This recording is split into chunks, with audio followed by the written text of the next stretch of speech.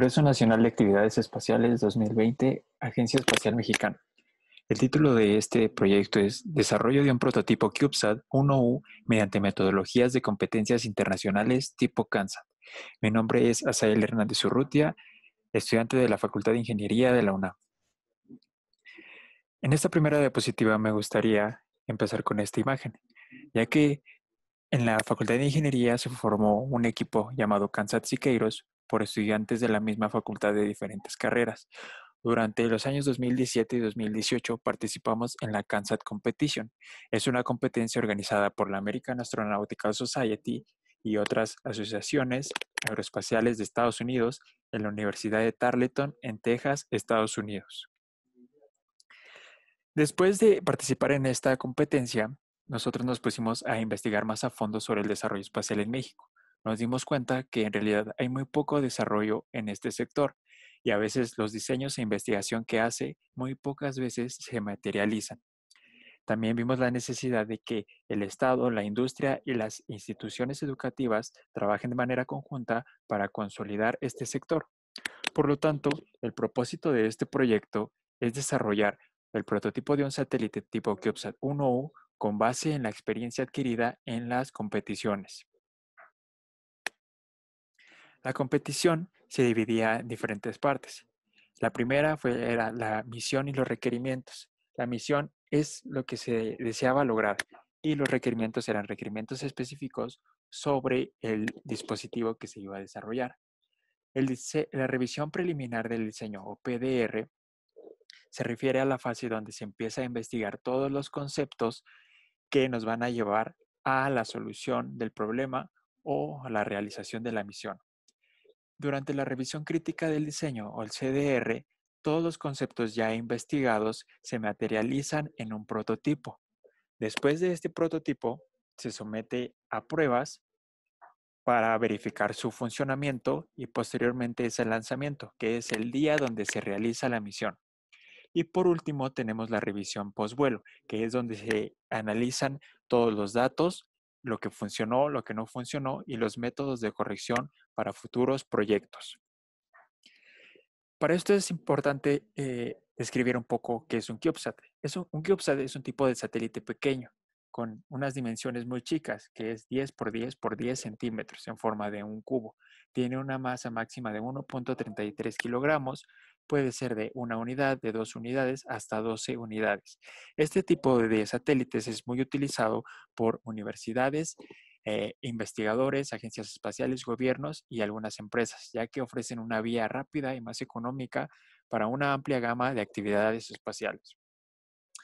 La misión que nosotros propusimos para este proyecto era llevar a una altura mayor a 50 metros por encima del lugar donde se encuentra la estación terrena el CubeSat.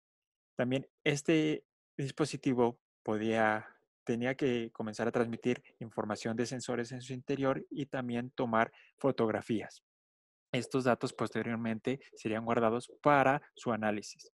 También se propusieron 31 requerimientos específicos, de los cuales en esta diapositiva solo mostramos 4. También se tenían requerimientos de telemetría, que después de encender el CubeSat debía recolectar estos datos con una frecuencia de 1 Hz y debían ser transmitidos separados por comas, tal como se muestra en el recuadro naranja. Gracias a esta investigación se lograron desarrollar 6 subsistemas que pertenecen al CubeSat y un subsistema que es la estación terrena que se encuentra en otro lugar aparte del satélite. Estos se irán presentando en posteriores diapositivas. El primer subsistema es el subsistema estructural o STR, que se encarga de albergar los componentes del CubeSat y proteger a los diversos subsistemas durante el lanzamiento y los diferentes ambientes de las pruebas. En general, su objetivo general es actuar como el chasis del nanosatélite.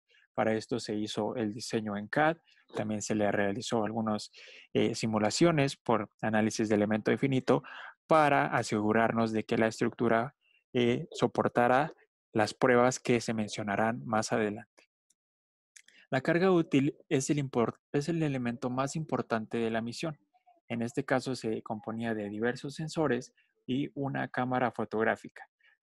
Aquí es importante señalar que se utilizaron diversos protocolos de comunicación para lograr que la carga útil trabajara de una manera óptima. Las comunicaciones se encargaban de proporcionar un enlace de comunicación inalámbrica. Este es el principal objetivo de este subsistema. Daba soporte de bajada a los datos del CubeSat hasta la estación terrena y dar soporte de subida de comandos desde la estación terrena hasta el CubeSat, es decir, que actúa como los oídos y la boca del CubeSat. El sistema de determinación y control de actitud o ADCS se encarga de medir la actitud del CubeSat, es decir, su velocidad, apuntamiento, orientación, estabilizarlo y ajustarlo también.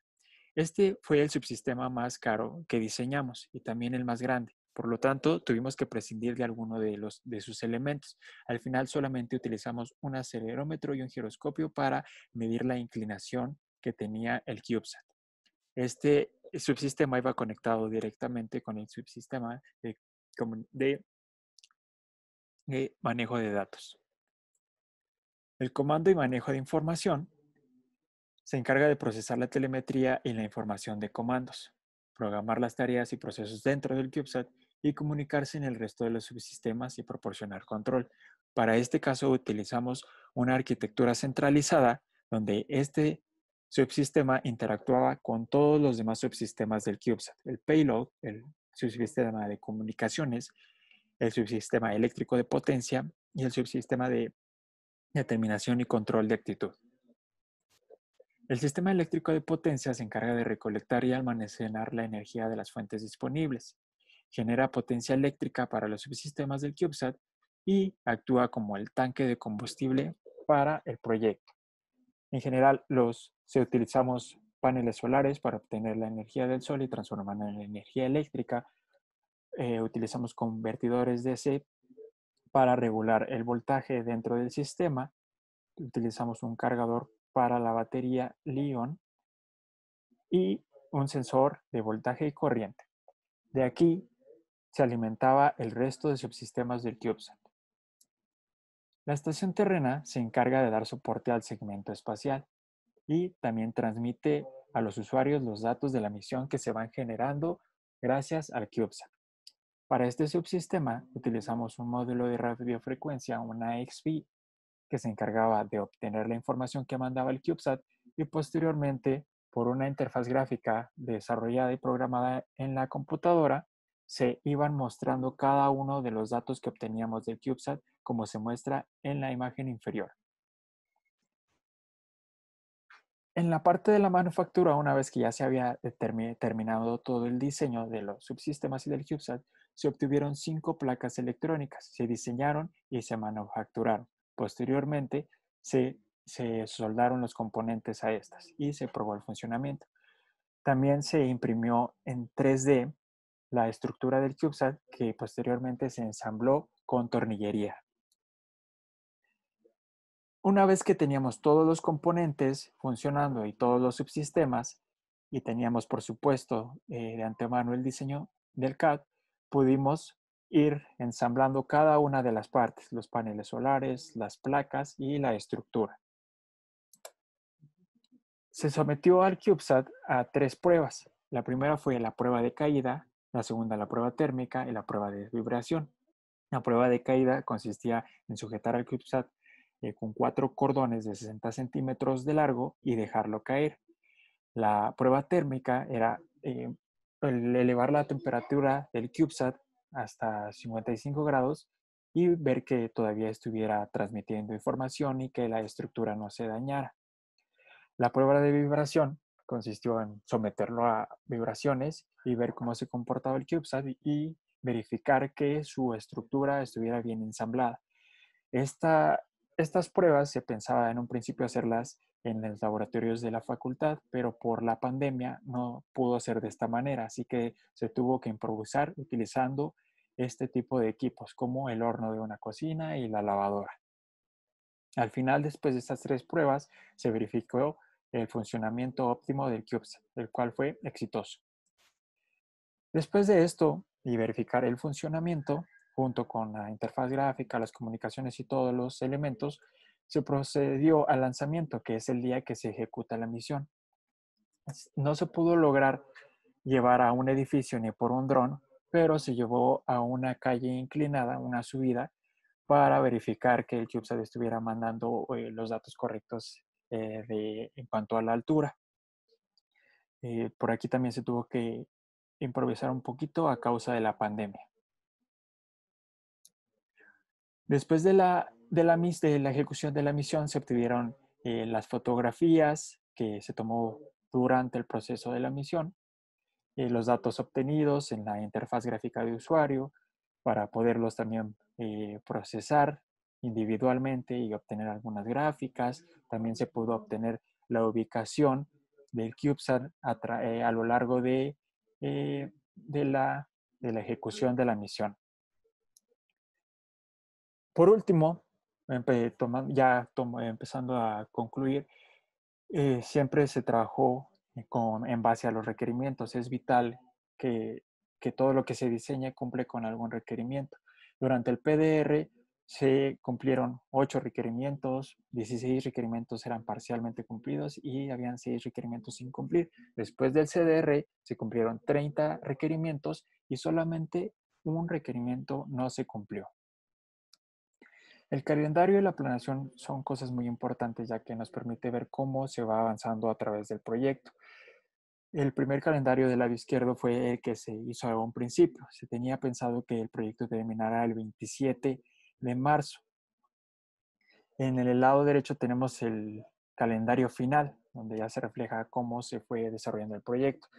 Lo que podemos concluir es que a causa de la pandemia, después del PDR, empezó a haber un retraso considerable, ya que no se pronosticaban, pues sí, una buena, un buen aspecto económico. Entonces también yo dudé en algún momento en seguir comprando los materiales. Algunos que necesitaba comprar, pues no se podía por el confinamiento, no se podía salir a la calle, no se podía ir a conseguir los materiales. Entonces, debido a esto, se atrasó un poquito el proyecto, que llevó casi a un retraso de más de 3 meses, concluyendo el 13 de junio del 2020. En conclusión, podemos decir que la misión se cumplió, aunque no tal vez en el ambiente que hubiéramos querido o que se planteó en un principio. Se cumplieron 30 de 31 requerimientos que se especificaron. También hubo buenas prácticas de manufactura, ya que después del diseño se pasó a la manufactura y todo salió de acuerdo a lo esperado y al diseño. Específicamente pues, en las placas electrónicas y en la estructura impresa en 3D y en el ensamble. También sí, hubo una buena selección de componentes electrónicos, ya que se consideraron aspectos como el precio, la masa y las dimensiones que son vitales en este tipo de proyectos. En cuanto al costo y la planeación, también se obtuvo una buena experiencia que se puede aprovechar para proyectos a futuro, para tener en cuenta tal vez algunos factores que no se consideraban y poder tener un colchón más de tiempo. En general, este tipo de proyectos proporcionan una experiencia real de desarrollo, aunque sea en prototipo, pero real, para fortalecer el sector espacial mexicano, que es el fin y claro, es el propósito de este proyecto. Muchas gracias por su atención.